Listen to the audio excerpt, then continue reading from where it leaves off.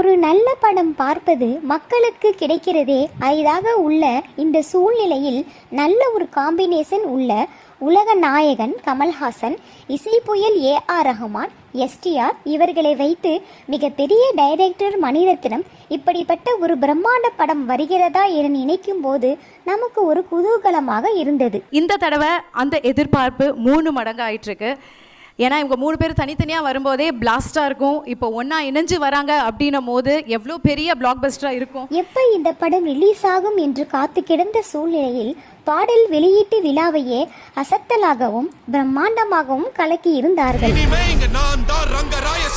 ஆனால் படம் ரிலீஸ் ஆன பிறகு எல்லாம் புஸ்வானமாகவே போய்விட்டது.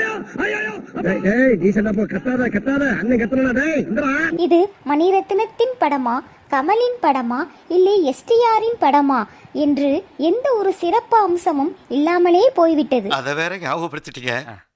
நெஞ்சமெல்லாம் பொண்ணா இருக்கு தம்பி. முக்கியமாக நாம் அனைவரும் எதிர்பார்த்த 2 முக்கிய பாடல்களும் படத்தில் இல்லாமலே போய்விட்டது.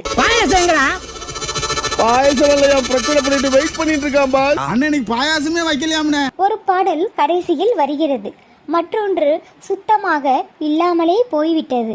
என்னடா உள்ள ஒண்ணுமே இல்ல. ஆக மொத்தத்தில் நல்ல படம் வரப்போகிறது என்று எதிர்பார்த்த அனைத்து ரசிகர்களுக்கும் புஷ்ஷாகவே போய்விட்டது. இந்த வீடியோ பிடிச்சிருந்தா கண்டிப்பாக லைக் பண்ணுங்கள். இது வரைக்கும் இந்த சேனலை சப்ஸ்கிரைப் பண்ணாதவங்க கண்டிப்பாக சப்ஸ்கிரைப் பண்ணுங்கள். தேங்க்யூ.